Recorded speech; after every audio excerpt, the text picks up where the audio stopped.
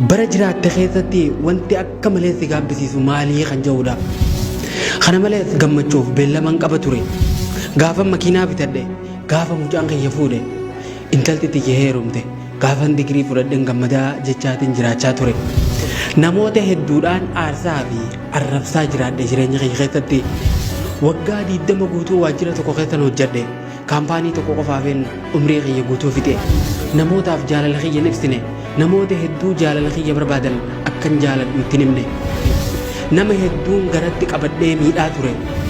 Ati hoo jireenya kee hanga irraa dabarsite kana keessatti wanni si gaabbisiisu maal faadha?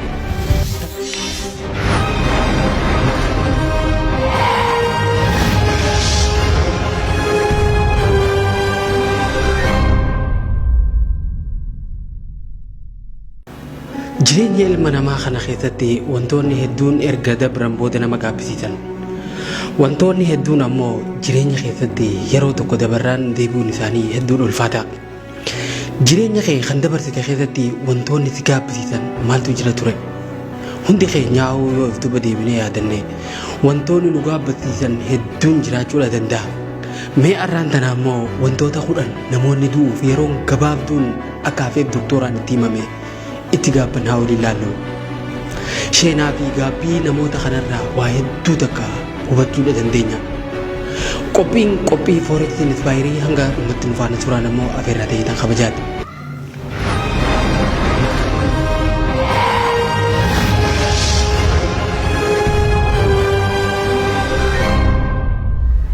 Biyya Awurooppaa hospitaala tokko keessatti narsoonni dhukkubsattoota wal'aansa ulfaatarra osoo jiranii dhibeen isaanii akka hin fayyine itti himame irratti qorannoo gaggeessanii turan.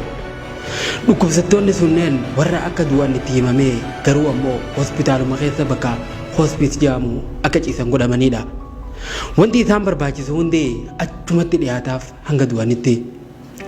Yeroo kana narsoonni isaan san tajaajilan namoota kana interviyuu godhuudha jalqaban. Akkuma jalqaba irratti jee isaan kun warra du'uuf ji'a 3 yookaan ji'a 6 qoftiin hafeefidha. Gaafin narsoonni kun gaafatan akkana ja'a. Bara jiraatte keessatti wanti akka malee si gaabbisiisu maalii kan jedhudha. Tokko tokkoon irra deemanii interviyuu godhanii wanti isaan hundi jaan akka armaan gadii kanatti lafa kaayan. Tokkoffaan bara jireenya kiyyaa gammadaan turre.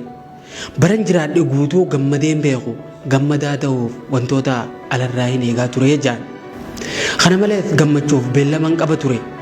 Gaafa makiinaa bitadhe, gaafa mucaan kiyya fuudhe, intalti tiyya heerumte, gaafan digirii fudhadhen gammadaa jechaatiin jiraachaa ture. Kun akka malee na gabbisiisaa jaan. Lammaffaan beekumsaan of hin guddifne. Carraa barachuu hedduun qaba garuu barachuu hin dandeenye. Wantoota na barsiisanii fi namoota na barsiisan hedduutu na bira jira ture. Garuu ani garagalee laalle kun ammoo hedduudha na gaabbisiisaa jaan. Sadaffaan mataa kiyya hanga barbaachisu of hin tajaajille. Akka maashinatti hojjechuu malee qaama kiyya hin tajaajille. Ispoortiin hojjenne nyaata qaamni kiyya barbaadu nyaachifne.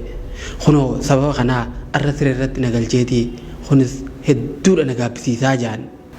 Afraffaan haaloo fi jibbeensan hin jiraadhe. Namoota hedduudhaan aarsaa fi arrabsaa jiraadhe jireenya kiyya keessatti. Nama hedduun garatti qabadhee miidhaa ture.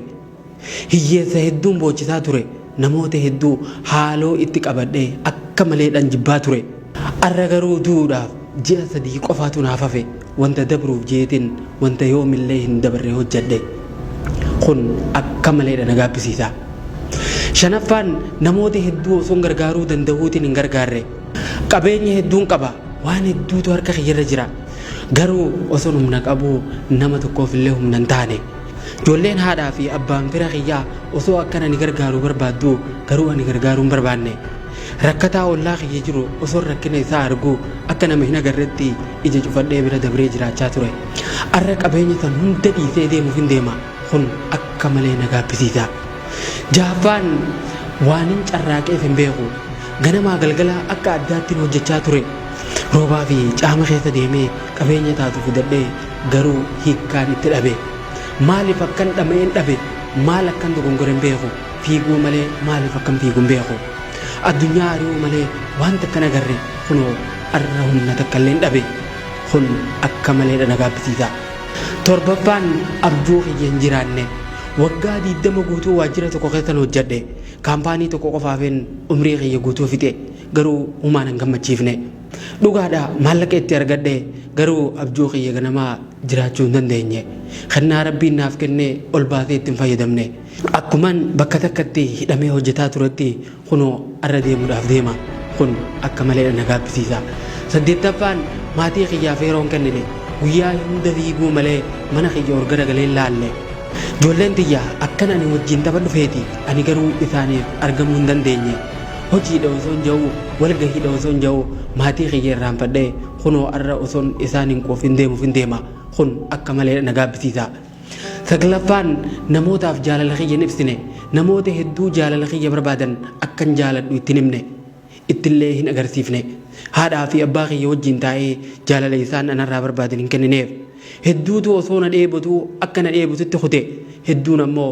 osoo na dheebotu biraa kutuuf hin deema kun akka malee na gaabbisiisaa jaan dhaamsa namoonni yeroo hedduu dhukkubsatanii fi abdiin isaanii lafa tanarraa dhumee dubbatan kanarraa maal hubanna ati hoo jireenya kee hanga arraa dabarsite kana keessatti wanni si gaabbisiisu maal faadha takkaa if duba deebitee yaaddee ni beektaa tole isa hanga ammaa dhiisihu ati amma fayyaa qabda taha umriin keetis hanga hunda hin fagaanne taha humna ittiin sossootee if jijjiirtus qabaachuu malta wantoota namoonni dhukkubsatan ittiin gaabban kanatti atis gaafa dhumarra geesse akka hin gaabbine maal godhuu qabda matuma kan kee gaafadhu gowwaan gaafa isarra geesse barata gamni ammoo nama irra gahee irratti laallateetii irraa barataa ja'a mammaayisa Oromoo gowwaa taatee hanga sirra gahuu teesseen eegini waan nama birarra gahee irra dhaabbadhuuti akka muruu hin gaabbinee fi hin sheenuyne arruma jabaadhu hojjedhu sheenaa fi eegeen gara boodaatii ja'a Oromoon egaa kabajamtoota hordoftoota Forex Entertainment qophiin keenya Forex Inspire arraaf qabannee dhiyaanne kan hanga ammaa hordofaa turtan fakkaata qophii biraatiin hanga walitti deebinutti nagaan nu tura.